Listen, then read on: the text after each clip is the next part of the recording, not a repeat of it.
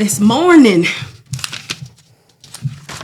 we got Brother Randy Craven. He's of Craven and Associates and located in Aurora, Colorado.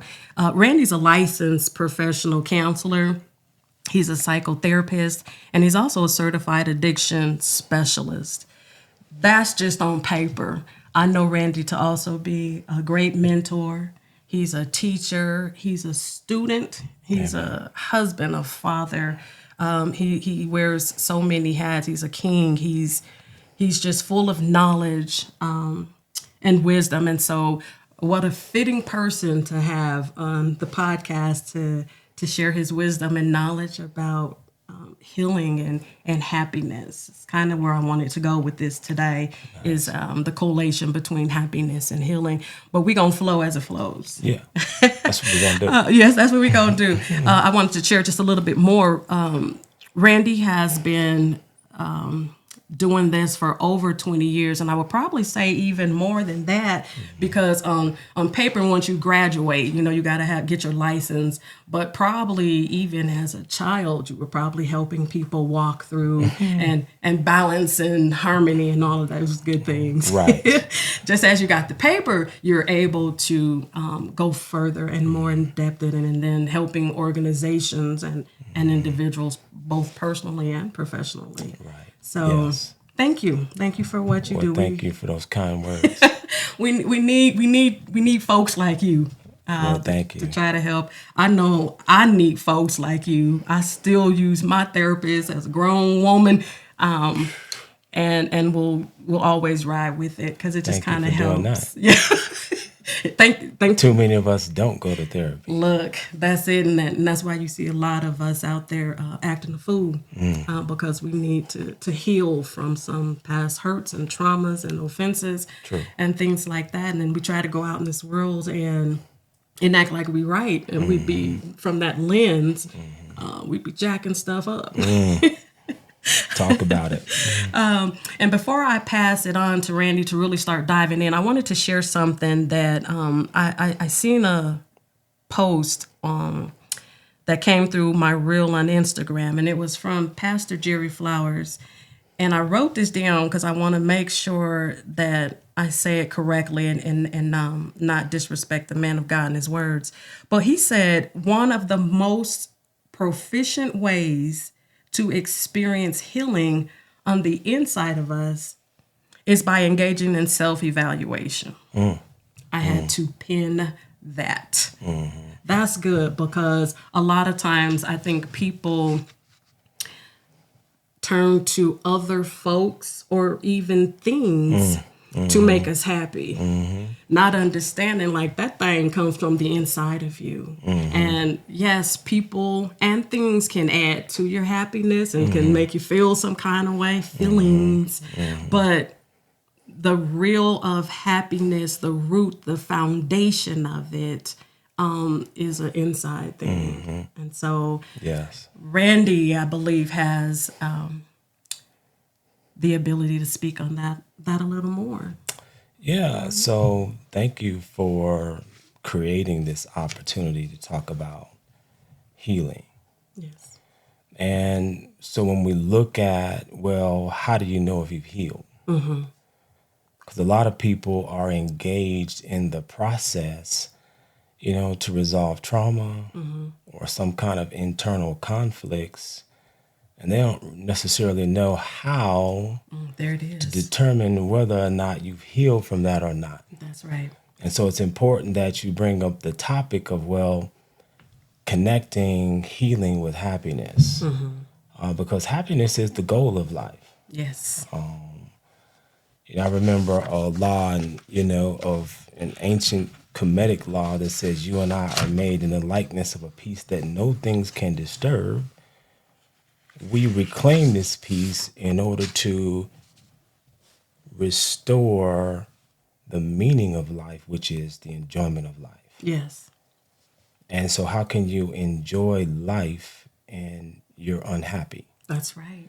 And so when we talk about healing, we're talking about, that is the result of happiness is the result of healing. Healing. And so when we look at healing, we look at, well, healing is because, even scripturally, we talk about, conceptually, we talk about heaven.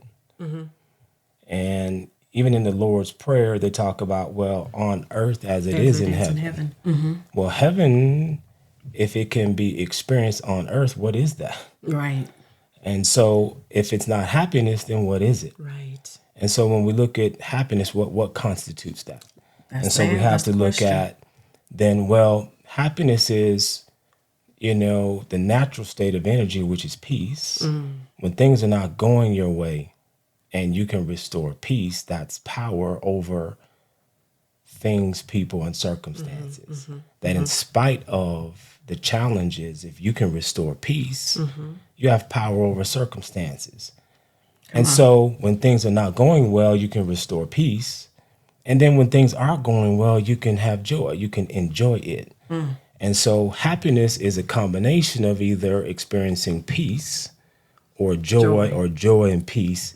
Sometimes when you are just establishing peace, you can enjoy the peace. Yes. Which we can relate to with personal circumstances. I can go into several stories about where things weren't going well on the outside, but if you restore peace on the inside, even though there's chaos on the outside, talk about you can restore peace and then enjoy the peace. You That's can right. laugh about, how you're experiencing what can be considered a very challenging circumstance. Yeah. That's good because, you can ask a whole bunch of people, what is happiness to you? And I have asked several people, what is it going to take for you to be happy? And they roll off the physical things, if I just had more money, Right. if I just had my own house, if I just had, Right. and, and I'm like, okay, so say you get that is that really going to bring you the happiness that we seek? Right. It is an inside job. And we know, Nate, based on the fact that there are people who are multimillionaires, that are multi-billionaires, and they're super unhappy. Right. They're drug addicts. Yeah. And they are, suffering from all kinds of internal disturbance. That's So right. we have to come to the realization that, well, money and material wealth and gain does not equal happiness. Come on. And so if you can't get happiness from the outside in, no matter who you marry, That's no right. matter how much money you have, That's right. then how can we experience and establish happiness? Right. And it's something we have to talk about because I don't think there's much clarity about, number one, what people are pursuing in terms of their life objectives, Okay. where they're, where they're looking or seeking happiness, which is a valid goal. Okay. But how we go about doing it in an unevolved culture, and I say an unevolved culture because while the culture that we live in is evolved technologically, it's unevolved mentally, emotionally, And spiritually. and spiritually. And so I put together emotions and spirit into the same category, Okay. but we can talk about that. Yeah, you do. Yeah. You know what I'm saying? But for those who don't have that brain capacity or however Or that to language. perceive it that way, let's unpack that a little bit for them so that there's a clear understanding of why you collate the two. Yeah, because if you look at spirit, let's look at, the properties or what constitutes spirit. Because really, what we're talking about, and when we're talking about spirit, we're talking about the condition of energy. Okay. And so if you have school spirit, what? Yes, we do. Well, We right. got spirit. How about you? Right. How are we going? How are we emotionally empowered to go in the big game? Do we have the right condition of energy in order to guarantee success? And so we're talking about, well, what is the condition of our spirit? What is the condition of our energy? So that then that energy gives us the power to go achieve outcomes. They talk about alcohol as spirits. We're talking about then impacting, what a person is experiencing emotionally based on, the use of alcohol. And so spirit can be for you or it can be against you, because in psychology, we have people that get depressed and we have people that have anxiety. All we're really talking about are conditions of energy. And so that's why I like to talk about emotion, because emotion comes from the Latin word emo, which just means energy. And the suffix shun, Tion, just means in motion. So when we're talking about emotion, we're just talking about energy and motion. Is it too high? Is it moving too fast? Is it too intense? That equals stress? Or is it too low? Is there not enough energy to empower your intentions throughout the day? And then we call that depression. And so if we look at it, and I get it, Nate, if you look at it, theologically from a religious standpoint, we use the language spirit. And I like that, because again, we're talking about the condition of energy, but then we add the science of psychology to that. I don't really see, there's not a huge difference, just the language that we use to describe it. I'm tracking with you. And so emotion and spirit are really just conditions of energy that are our ideas and our intentions empowered, or are they not? Are we empowering false ideas and incorrect beliefs? And if we're doing that, we can do that. But then if we do that, we're going to promote then disorganization, destruction, chaos, and disorder. So we have to talk about the two simultaneously when we're talking about spirit and emotion. Right. And you know what I think? I don't think I'm going out on a limb to say this. I would bet that most people just don't understand that. You know what I'm saying? The lack of knowledge, Right. You know the rest. And so without the proper knowledge and understanding of it, the comprehension of it, people are not going to see it that way. Folks, they're going to stay in their broken cycles until they can understand from that perspective how you get it. Amen. So, truth comes from one of two sources. Talk about it. It's going to come from me and you, or it's going to come from God. And who you listening to? Right. And so let's talk about it for a second, today, because I know you dabble into the scriptures and the Bible a little bit. So let's bring that into the conversation in the sense that, well, if you look at Adam and Eve, God gave Adam the law about not fooling with the fruit from the tree in the middle of the garden. Correct. Adam shared the law with Eve. Then Eve listened to the translation of the serpent and then made a decision. And then so did Adam. I'm just not blaming Eve, Come on now. Both people were responsible for then promoting deconstruction and disorganization. But then the issue is well, who gets to define what is reality, what is truth? And so if we rely on the serpent, which, if you look, Moses wrote the first 4 books of the Bible, and he was educated in the wisdom of the ancient Egyptians. And it's funny that in ancient Egyptian literature, there was a serpent by the name of Apep, A-P-E-P. Apep was a serpent. And Moses was educated in this literature. Apep represented sensualism and emotionalism.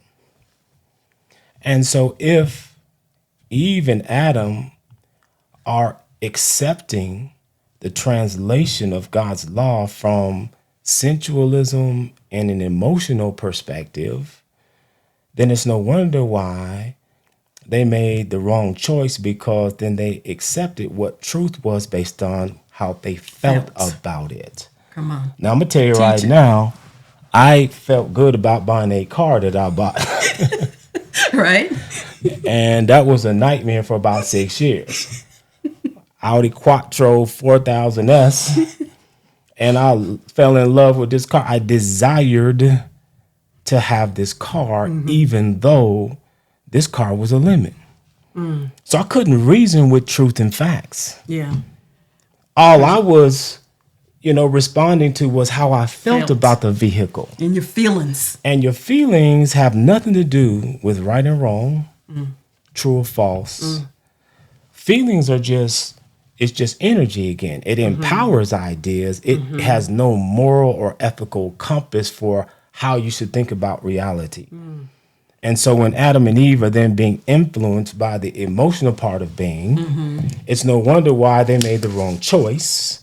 And once they made the wrong choice, then they ushered into existence disorganization, deconstruction, chaos. And it's no wonder why we live in that kind of society we live in today. Today. And you know what? Talking about, since we're going to go to the garden about it. All right. Healing started way back then. So this is healing is nothing new, right? We've been trekking with trying to heal from all kinds of stuff. Our ancestors, up to how our parents raised us.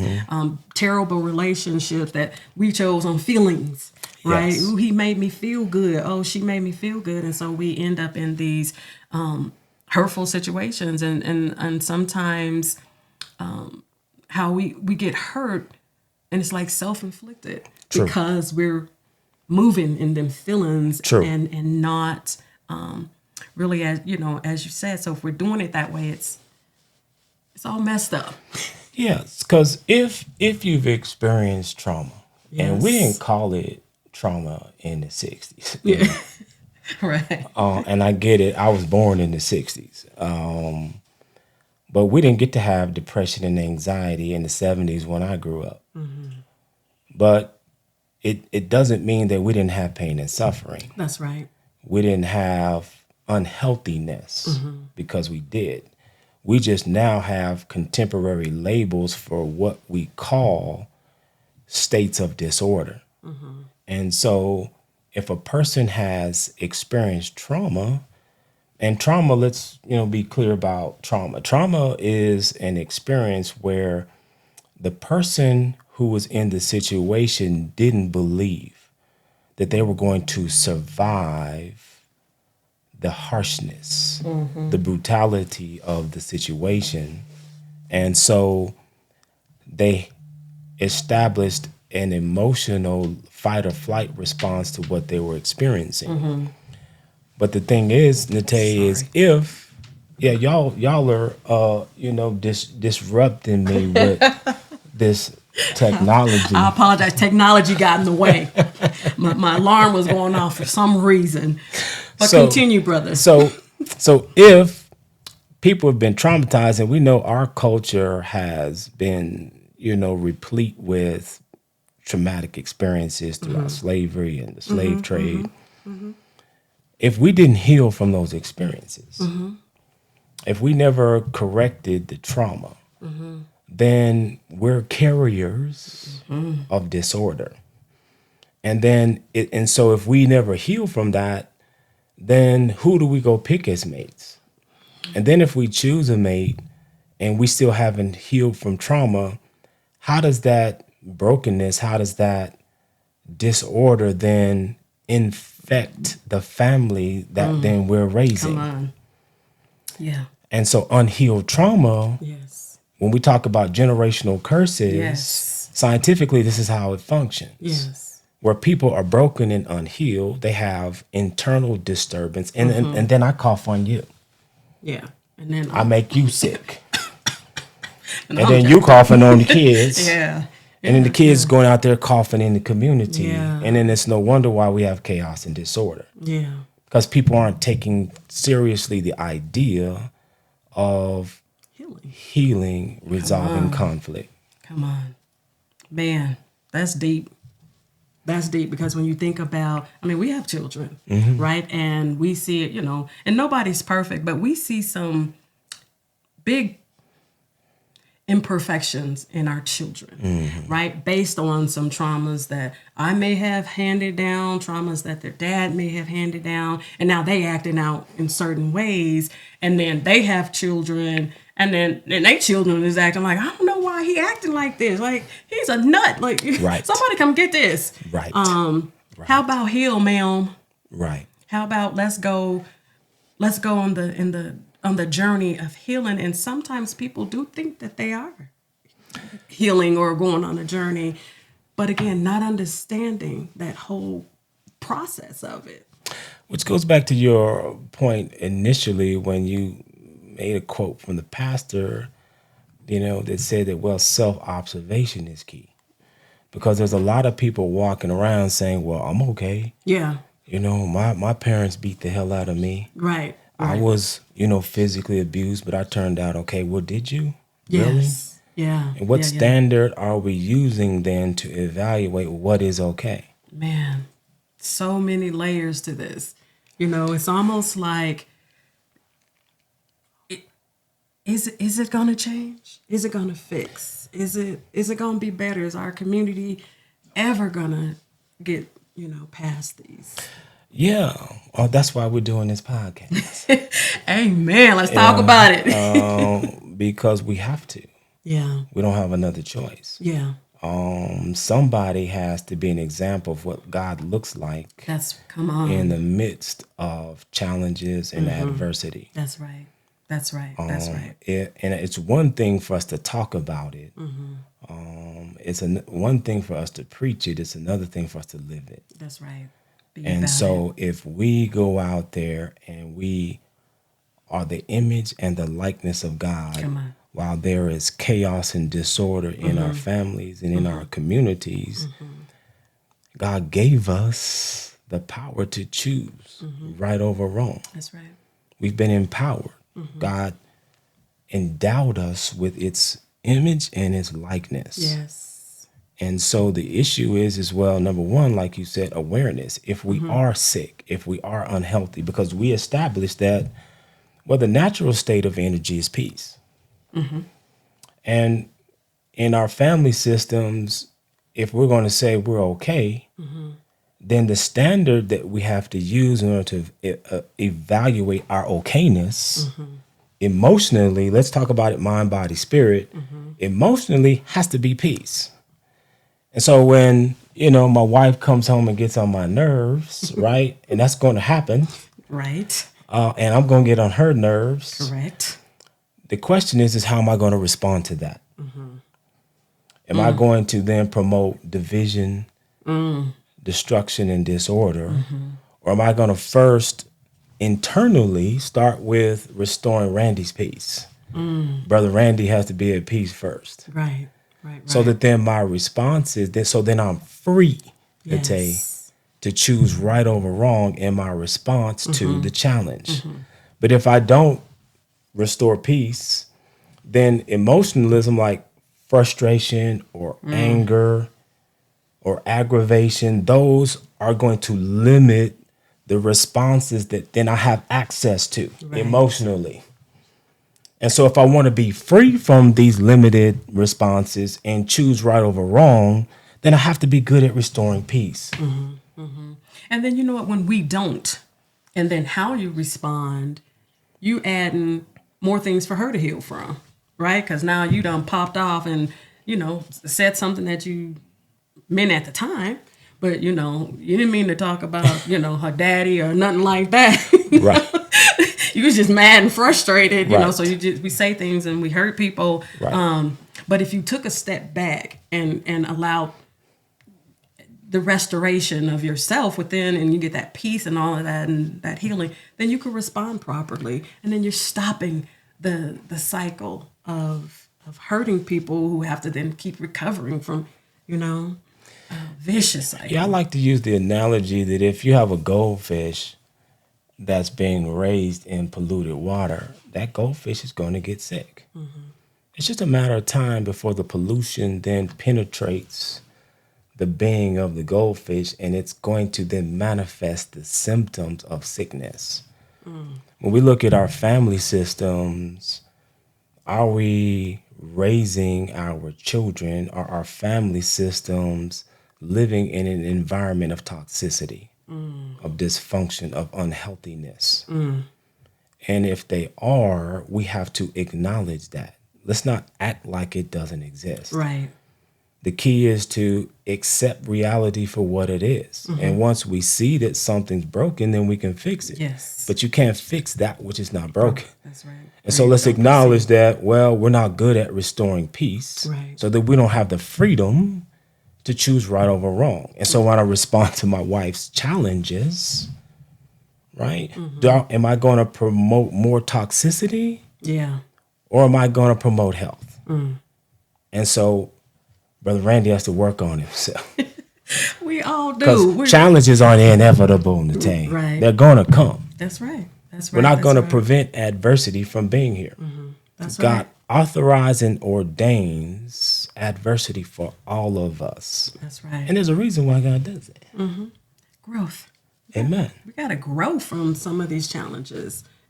Because if you don't grow and if you don't heal from some of these challenges, then again, you'll keep repeating the same. We keep repeating the same patterns, and then the world looks like it does today. Yes. And we talk about Judas betraying Jesus. But the issue is, if you and I don't work on ourselves, who are we betraying? Ooh, pen that. How does that. the image and likeness of God get to be in the world if you and I don't reflect that? And then if we don't work on ourselves, Yeah. then we're betraying God. That's right. Ooh, and I don't want to do that. Like, if I hear that, I'm like, I'm changing today. Like, I'm not doing that no more. You know? Right. What I did yesterday, I'm so sorry. Please forgive me. I'll never do. You know what I'm saying? Because who wants to disappoint God? Who wants to disappoint God? Well, let's look at it, because there are some people that don't even really believe in the existence of God. True that. True that. And I know we're not talking about religion or theology today, but Right. it's a part of. All I right, practice come on. holistic psychology. Okay. I don't separate the spirit from the mind, from the body. I put it all together. Okay. And when we lose contact with how things belong together, then that's all we do is then create division. And so I'm not practicing perspective. psychology where we put religion over here and we put medicine over there and we put Right. psychology over here and we keep them separate. No, they belong together because we're one being. We have one universe, Yes. Yes. and unity is the goal. Yes. How do things work together? I talk a lot. That's all right, because you're talking about something, though. You know what I'm saying? There's a difference between talking a lot and people are like, oh, you just talk too much. You're just always talking. But if you're saying something, people gonna listen. If you just Amen. if you're just making noise, Then shut up. I don't want to be all rude about it, Well, but pretty much. Shh. My wife had this camcorder that's probably about 30 years old, and the camcorder then records on a VHS tape. Come on. And we couldn't find the power source to get the battery to pop out the tape, because the tape probably has some good family history on it. Probably so. 90s. So what I did is I just took the camcorder apart. And so after I got done taking the apart, I was able to get the tape out. But then that camcorder sitting there in about 45 pieces. That camcorder's in the trash right now. Because Brother Randy, it's not hard to put that thing back together. It's not going to function. Right. But that's what we do to family systems, though. That's what we do to our own health. How often do doctors talk to people about, the source of their stress? Yeah. How often do they talk to people about, their commitment to right over wrong, Right. their lifestyle, They don't. which is just as medically important, Yeah. as, you breaking your leg You're right. that you keep doing, or having, these heart problems that you keep having. Yes. Yes. We disconnect things. Okay, I'm gonna move on. No, we don't have to move on, because that's what I have you on here for. To talk about it, break it down, pull it out, because I would imagine that people have different perspectives of this. And so I like you talking. All right on. Okay, I on. like you talking. I took a class, kind of a class with you and one of the things that I found that was very intriguing and that I kept, and you spoke on this a little bit, about happiness is an unending joy. It is one of the manifestations of the Spirit's attributes of eternity. Talk about that a little bit. Yeah. So again, so if we're and we're supposed to be happy. There's nothing wrong with that. If you're not enjoying life, because pain and suffering is not living. I don't care what, if you had, a death in the family, Right. if you lost your job, Happens. you lost half your 401k in the stock market. Happens. If you continue to suffer from these things, that's not the goal in life. God never organized it so that human beings continue to suffer, even though God does ordain and authorize challenges and adversity. The issue isn't to suffer from it. The goal is happiness. And so then if we are not working on ourselves to the point where we can be happy, then we're not living. So let's unpack that a little bit because I think it's important to, we can tell people this, that this is the way, this is the process of it, but how? How do you do that? How do you begin to start doing some self-reflection? What does it look like to get this unending joy and peace? Beautiful question. Beautiful question. It starts with self-observation. We are the observer of ourselves. That's what consciousness is. When they pull a baby out the womb and they spank the baby, they're not trying to cause pain and suffering. They just want to see, is the baby going to respond? Because that's consciousness. The baby can observe a spanking. And then when the baby cries, you have consciousness because they're responding to pain. We're the observer of life. We can observe ourselves in every situation that we're in. And so it takes us being mindful and paying attention to how we're performing in life on a minute to minute, second by second basis. Right. So that then we can come to the realization that, I'm not as healthy as I could be. Right. So when we acknowledge it. Yeah. So awareness, self-observation. Yes, a little bit. Okay. I hope you're taking your elderberry. So, and then the issue is well, how do we think about what it is that we're experiencing? And then what do we do about, calming our energy down? Yeah. So the thinking part, is, well, the only way that we're going to be able to guarantee success is if we've incorporated truth into our life, right or wrong. Excuse me. 2 + 2 doesn't equal 19. If you believe it does and you get your paycheck, you're going to be very upset. You can't take a bump of cocaine every day, You can't do 5 pounds of sugar in a week without there being consequences that are going to contribute to your unhappiness, your unhealthiness. And so we have consciousness, and then we have rules and ideas that guide us and tell us what to think about what we're experiencing in reality. And so people should be reading books like the Bible or the Metsunetter or the I Ching or the Tao Te Ching. They should be reading books that help them understand how universal truth works. Yes. Yeah. So that then we can take these ideas and then apply them to how we do life. That's right. That's right. That's right. I mean, why wouldn't you want to go get the facts, the truth, Right. in order to then incorporate it, because you're going to get challenged. Right. Right. Right. Right. So in order to do that, and you're talking about somebody who hasn't healed, right? That's going to be a challenge for them, right? Somebody who's not healed is not going to have the capacity or the brain span to go pick up a book. They might not go to the Word to get it, because they don't have that understanding. They don't, they're looking through different lenses that kind of keeps them from going that route. Yeah, and so there's a lot of people like that. Unfortunately, our family systems are producing people who are unresponsive to truth. Yeah. But then we still have an obligation, which is what we're doing today, Amen. to continue to promote it in spite of a person's condition of receptivity.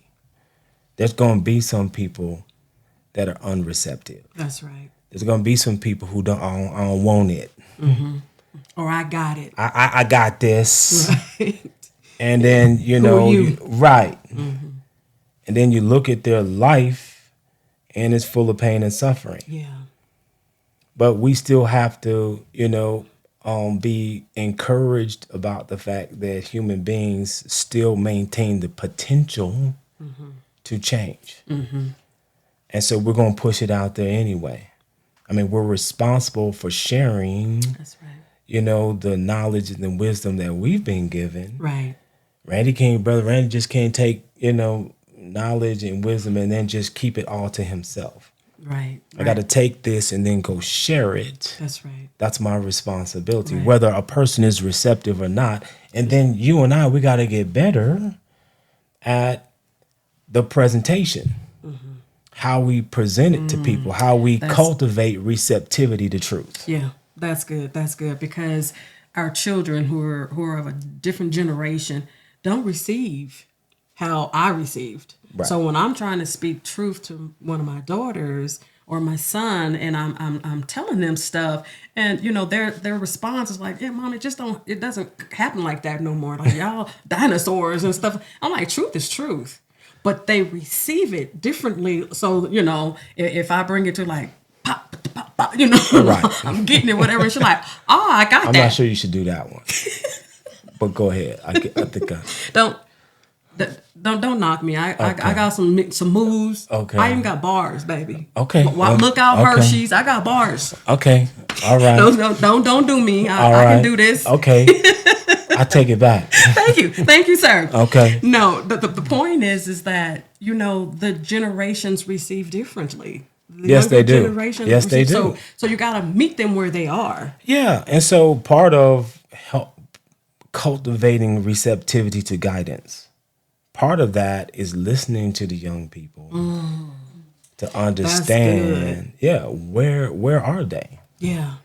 We got to listen and understand from them, Yeah, that's good. what they're experiencing and how they think about what they're experiencing. Yeah. And if we don't listen to that, Yeah. And try to just give it to them, it's truth. But if we trying to give it to them like that, like they're not going to get it. they're not going to get it. And they're not going to hear want it. Yeah. And they don't want it like that, because they're like, come on. I'm serious. My kids tell me like, that's old. I'm like, it's still the truth. But I didn't give it how they receive, Yeah. and It's that's different. you got to know that. I can't relate really to social media trauma. I can't relate to that. Yeah. Likewise. I can't really relate to anxiety and depression because we didn't get to have that in middle school. Oh, okay. I can relate to it academically. Yeah. I kind of understand it scientifically, but now that the kids have been given a language to talk about their states of energy, and they say, "Well, Brother Randy, I'm just depressed," then it's my responsibility to then listen to this young person tell me how they arrived at depression. Yeah. What happened to you, man? Right. And I have had the energy all tossed upside down. I've dealt with depression. I've dealt with anxiety. I've dealt with all of that. I made a conscious choice to, seek help. So when they're coming to you for the help and your obligation, your purpose and all of that here is to share those things so that you could help people to heal. I did that same thing, right? I went and sought help. Right. Yeah, because got my insides right. How do you know it unless you live it? Right. And so I get it. I've been depressed. I went to a counselor. And because my mom sent me to a counselor. I didn't know I was depressed. We didn't get that language. Yeah. But she sent me to a counselor because my mom knew, say, there's something wrong with this kid. He's Something smoking wrong with weed. He's walking around. He hanging out with the wrong crew. And so she sent me to a counselor, and it helped me. Yeah. And then I said there was a lot of kids out there like me. Yeah. But the issue is that, we have to know truth, and the only way you know it is you live it, is through experience. Yes. And so we have to then take our experiences and then connect that to the science that tells us and informs us about, well, what is a correct way of perceiving that which you experienced. Yes. And then we can talk to them about, well, yeah, if you've been abused or if you've been molested or if if your parents hammered you all the time, you can talk to people about the young folks about that experience. Right. And ultimately, like you said, it's all the same in terms of the facts and the truth about what people have experienced. And then once we understand how the cause and effect relationship that they experienced these things and now they're acting out this way. And again, you have to take time to listen to them. You do. Then we can help them with truth. There's a correct way and an incorrect way to think about what it is you experience. I don't care what the experience was. I don't care what level of trauma it was. There's an incorrect way and there's a correct way to perceive what you've experienced. And so then in answering your question today, so then once we deal with how people think about what they've experienced, because thoughts are going to move energy. That's how energy gets moved, is through thinking. But thinking is also guided by principles and law and truth and reality. But if your energy is still messed up, we still have to do something about energy. If energy's moving too fast, people can't stop thinking. Right. People got, ADD. They can't pay attention long enough. They can't sustain focus. We do have to do something about energy. So there's several things. I mean, there's several things in terms of diet. There's things in terms of supplements. And then there's meditation. And then there's exercise. And so I recommend to clients all the time to meditate. Excuse me. Meditation, is not a necessarily familiar practice in our community. Right. But we have to make it. If we're going to save ourselves, we got to start meditating. And meditating is really just breathing. Right. You know? I remember when I was in my healing journey and I got introduced to meditation, it was a challenge for me initially because, I dozed off. I was out. Give me 2 minutes and there's silence, and I got, not necessarily silence, but I had this soft music and it was touching me. Right. And I was like, I fell asleep. I mean, it got better as I went on, but it did help me. It gave me time to have some thoughts with myself. It gave me time to release thoughts that wasn't supposed to be there. I was able to be like, why are you thinking about this? Like this happened years ago. Let's deal with this. My healing journey has been years of going. I remember my mother first put me in therapy when I was a little young thing. I think I was in middle school when I first started therapy. And then, just over the years, it's evolved, and I've just gotten better and better and better and better. And it's a forever going thing. You know what I'm saying? Because even once I felt that I had reached a place of healing, something else happened, and I was like, "Oh, see, so what we not gonna do?" Because, Right. so then the healing was like, and so you just have to continuously work. Yeah, it's like you said earlier. It's a lifelong journey. It's an eternal commitment. Right.